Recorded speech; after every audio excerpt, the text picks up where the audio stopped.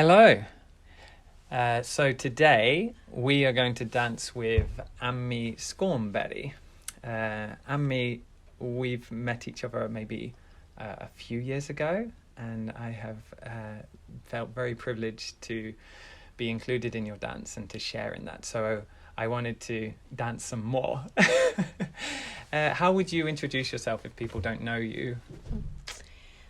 I think that is a matter of which context, but I do like, since I now finally have my PhD, I present myself. I'm a doctor of slow walking. Okay.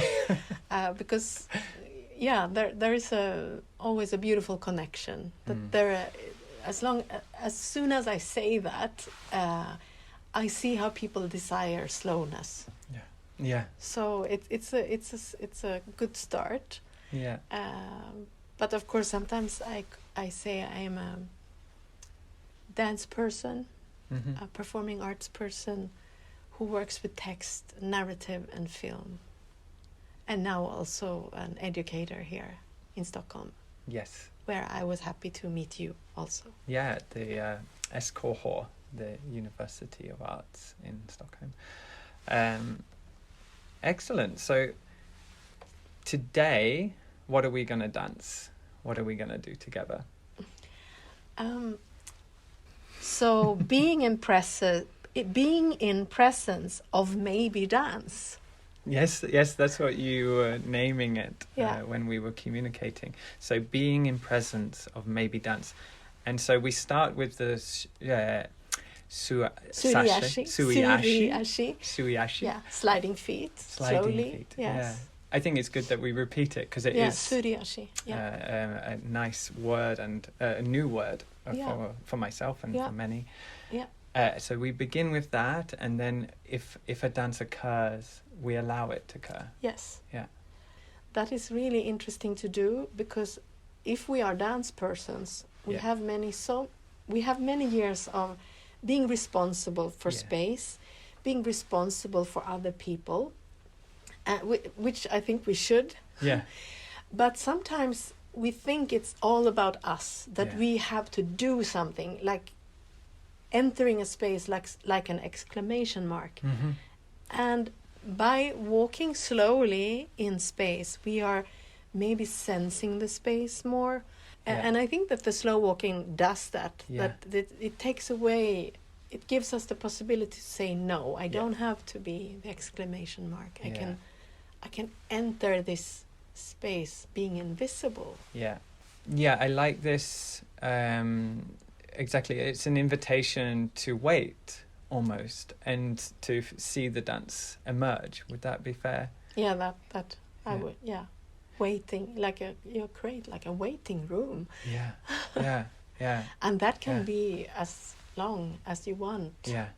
I either begin with sitting and just noticing what is going on in space, or walk slowly before you maybe respond in gestures or whatever you feel like. I mean, beginning slowly can also suddenly you just have this need that you have to run or jump or become, throw yourself on the ground or be upside down. But I think the silence and the stillness and the slowness, it also creates this like kind of an energy bubble that might burst or not. Right. Yeah. Is it okay for them to do it wherever they are, if they are to try this at home? Well, that is something. I mean, like the postmodern movement of the choreographers, now we refer a lot to the North American choreographers. For example, Simone Forti, who had this, she calls her practice logo motion, so she speaks and moves at the same time. So there was already this practice of, and it's of course related to hierarchy, that there was a desire to escape the salon and the stage. It's like, okay, so you put the audience there, they are sitting on a chair, which is, of course, that will always be wonderful. Yeah. But then there was this experiment. Why are we creating this boundary between us and the people we invite to our dance? Yeah. So, of course, I cannot say that I invented suddenly start to improvise in the urban. No. But very early, I was in a dance piece in Gothenburg, and we were like 30 dancers in yellow rainwear. Yeah. And it was with the group Rubicon. Yeah. And I did not know it then, and maybe people didn't call it postmodern. Maybe people were saying, this is really weird, we have not seen this. Yeah. But it was a very early encounter with urban space and sticking to the group of the yellow raincoat wearers and understand what kind of effect we had. Yes, yeah. And that I also then I also saw that, okay, because we were so many, we were claiming space. Yeah. And of course then people have the right to be very annoyed and scream back, like, what are you doing here in my everyday space? But we also had these encounters with people who might never go to a dance and be very, very emotional, happy, feeling safe that, oh, I want to live in this city where people are dancing or like creating these formations. Yes. So I mean, I was very young then. I was 19, I think. Yeah. I was very nervous, but I loved what we were doing, and I got sad of people screaming at us, but I also got very happy to see how so many appreciated what we were doing. Yeah. So in a way, you're saying if people want to try this, they can, but it's with a sensitivity that one chooses. If to be with the urban space, but what seems to be really apparent is from your experience, it's allowed a sensitivity by encountering the urban space. So maybe we leave it as a choice for the people listening. Yeah. And then just a quick note on how long would you recommend to do it for? Is it open, a choice? Or is there a period that you feel like is a good length of time to have a go for? It depends, of course, which space you choose and how you feel about entering. That's why I wanted to recommend that maybe first time, just if there is a space you feel you would like to try, be there. And ask nothing from your own body. Just go there and notice what is going on, because of course I want people to feel safe. Like to see, are there any cars coming here? Will I be confrontational in a way that I actually didn't plan to? So that you really have done this research before you start to move there. However, if you feel ready to go, maybe then 20 minutes is enough to just feel the place, and then I would say move for 30 minutes. Yeah, great. I think that's very clear. Yeah. And I think what helps is by describing where you could possibly do it and for how long, as a choice. It allows us a little bit more understanding. So we'll come back and reflect after. Yeah, but I had one more suggestion, that if you want to explore a solo practice, for example, if you have never done this, it can be quite overwhelming. So then I suggest, and I do this with students too, that you go out 2 people and you ask your colleague friend to be an observer, and then you can even take turns and help each other, because then you know that whatever will happen in that space, whatever you will activate in yourself and in others and in the space itself, somebody will have an extra eye on you, or a sense for what is going on. I think that is important. To bring just an awareness. It feels a lot of awareness, and the practice itself. Take a moment, be aware, and then see what is being asked. Yeah. Great. Let's pause. We'll go away and you can pause at home, and then we'll come back and we'll have a small conversation.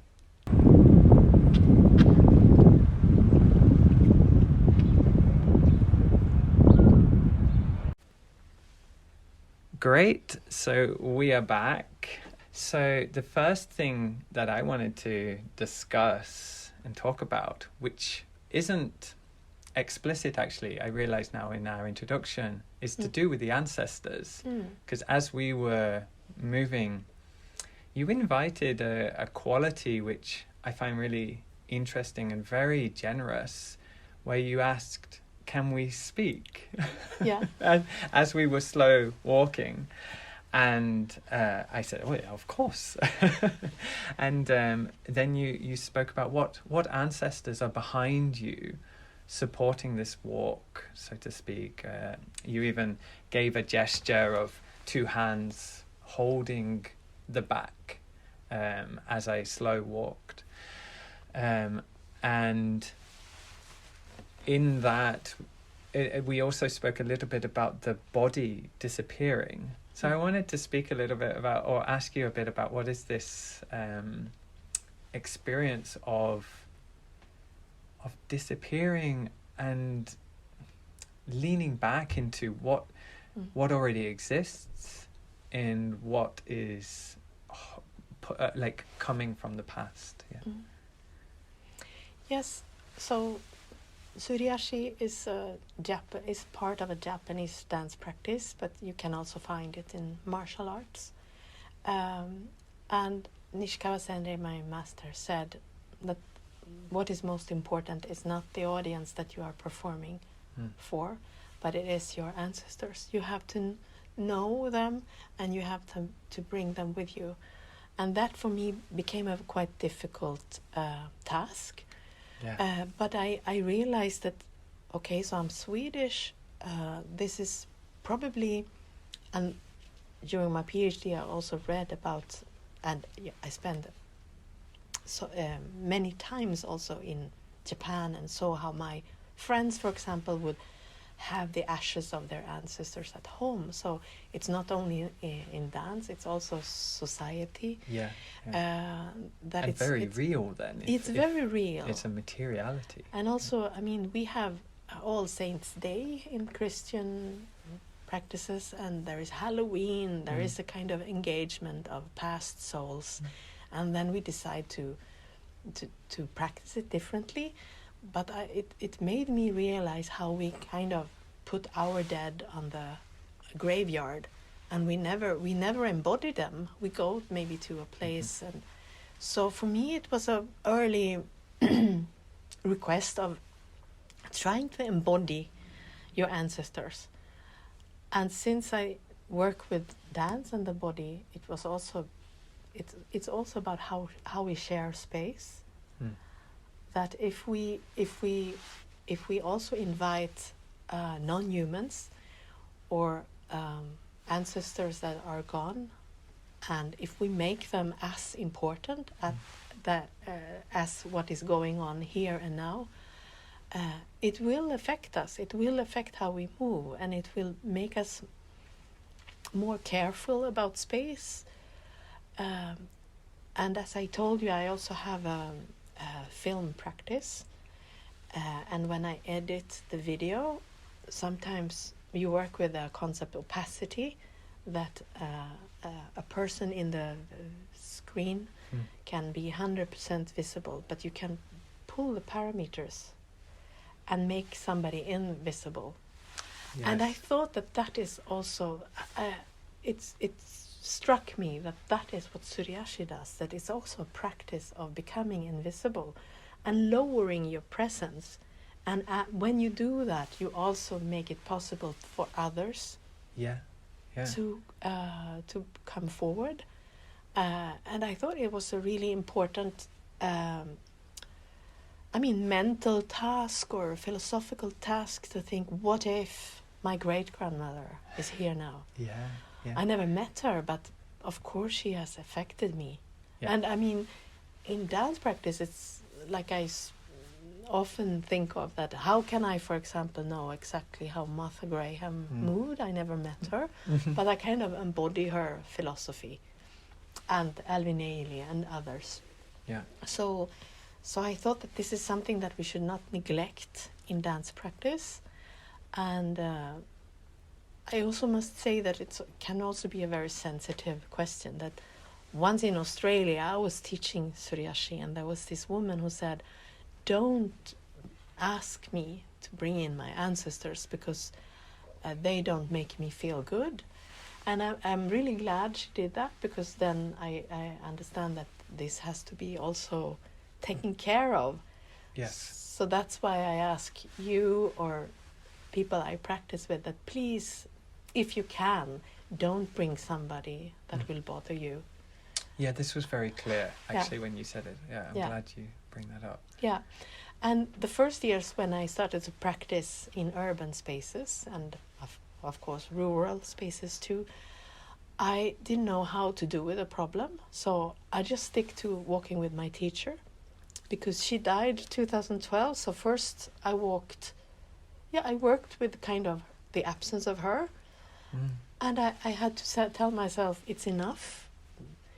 But then little by little, I actually, it was quite magic that thanks to Suryashi, I now have so many ancestors. Yeah. That I can bring with me. But I love that idea of the dance ancestors, like, because I have this idea of slow choreography, that we are slowly choreographing dances across our lifetime, and all these little people that have informed other people with their slow lifetime worth choreographed, they're all speaking, and we're only maybe two relations from, Nijinsky or exactly. these very historical figures, and the millions that were not mentioned actually in the history books and the textbooks, they are also somehow in that little conversation that we do have when we return to the body. And it was very generous of a proposal, and I love it so much, and we will do it again. We've already said we're going to do it again. Yes, we have to. But it's so generous to take a moment and listen.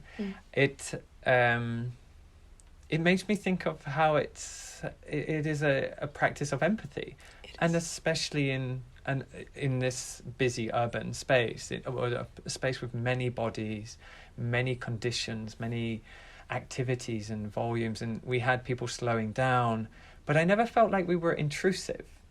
And this, I think, is a really interesting quality. You have said that sometimes it does feel like it can be confrontational. However, the way we were practicing today really facilitated people to approach it in whatever way they need, and even myself, and I felt like even yourself towards your own practice, like there was a sense of a generosity of, but we can talk and we can take our time, and yet we still manage to go somewhere and do something. Super beautiful.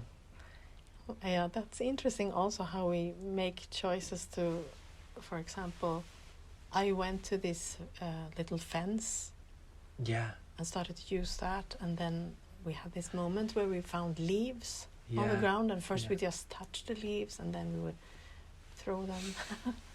And that created a lot of happy empathy around us.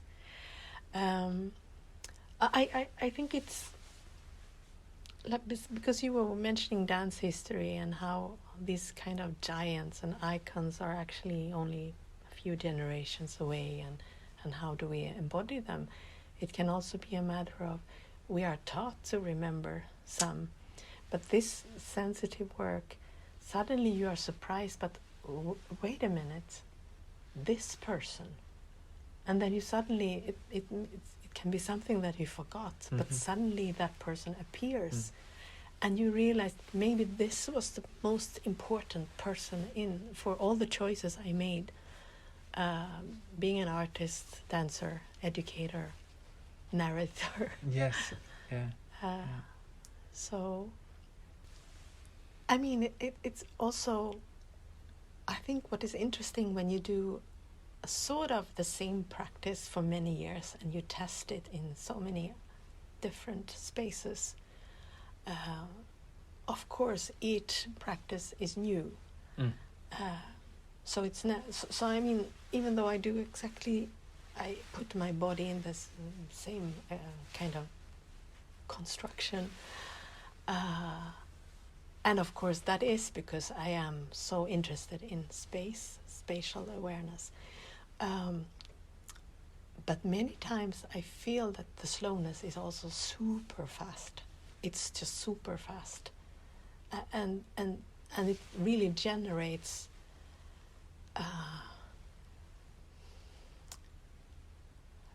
I mean, like so many dance, especially in the 1980s, it was so much about, dancers flying in the air, throwing themselves in the water, and we loved it. That kind of released something. Maybe also, I mean, techniques like flying low, that it's really like you are never holding anything. You are constantly in motion. Contact improvisation can be like that too. You're always in movement. So for me, it was also, first I really thought, oh, can I really do this? Is it allowed? Yeah, is it allowed? So in a way, maybe it also was the possibility to say no to something. Yeah.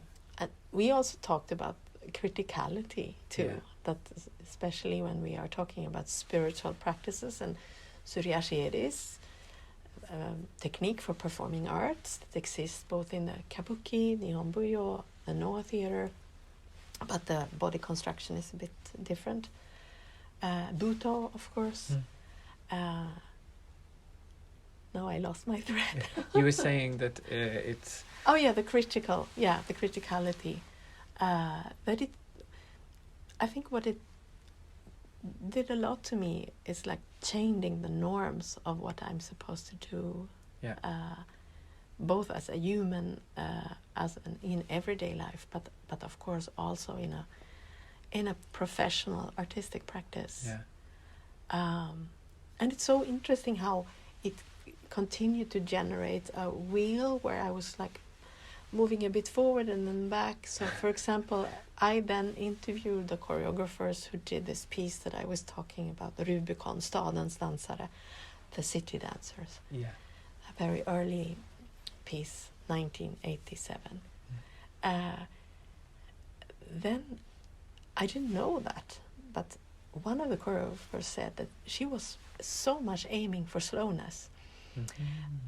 But then there was this discussion in the 1980s between her and Margareta Åsberg that only the Japanese are allowed to be slow. I thought that was just so interesting that they had already discussed how it was allowed for them to be slow and to, right. Yeah. And then I thought it was so interesting for me to then go to Kyoto, and I was actually looking for Buto practitioners, and then I found my master, who is more from a traditional dance form. That it was like a space for experiment with slowness. Yeah, but it also seems to me it touches on, or allows for me to touch on, a quality of dance which gets overlooked perhaps, and there's something very sensitive, and it is that ability to maybe to be empathetic with one's history, one's ancestors, with one's conditions, where one sits, but also to perhaps have a playful attitude, a criticality, the possibility to reflect and have a reflective discourse in time, in a moment, in a place, in a situation, somehow, which I think dance holds. Yeah. Because so often I feel like I don't know, maybe it's where I work or something in the university and in experimental choreography, but I'm continually with this question of, well, what is dance? I mean, we all have a sense of what dance is, and we all return to it for different reasons. And there are historical things of saying that it's movement. Movement is the materiality of dance, or, you know, dance is empathy, or, you know, all these different things. And of course, we want to be careful as well. We want to be inclusive of what dance can be. But I do feel there is something special, because it's, you know, if it was about making shapes and making movements, we would push towards a different extremity, which, and obviously dance includes things like Buto and slow dancing and different things. So we have to expand again the conditions of what we consider dance, and there's something around this criticality and playfulness and listening or empathy that feels very central to dance. I think for me, I mean, bringing dance practice, I mean, I already did it thanks to Rubicon when I was 19 years old, but there is this, because you were saying that dance here at SK8, that we are also in institutions where dance exists and try to survive and try to be critical. So I mean, starting to practice in urban space and bringing that sensitivity, I think it also released the domestication of dance practice that can be like, oh, we are practicing certain movements behind closed doors, and there is no way that criticality can enter, because it's why we work with our bodies and we are so curious. So we always ask, how can I go deeper in practice? How can I go deeper? And before we know it, we have actually harmed ourselves. So I think that there is also, I mean, working more slowly and then daring to practice in urban spaces, or I mean also in the forest, of course, that it's like you get other,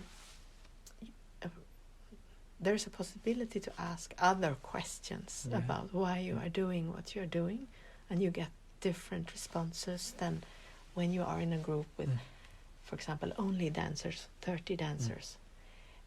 That can be a quite violent situation. Yes. Because it's like... there's a homogeny maybe created. And slowness can be also really, really tough and very exhausting. So, and also again, there is the question, can I say no to this? It can be difficult in a situation where we love the choreographer or we love each other, and there is no way that we say no to each other, because we try to explore what is there. But I think that when you go out where in society, it's a difference. I mean, you can still reach the same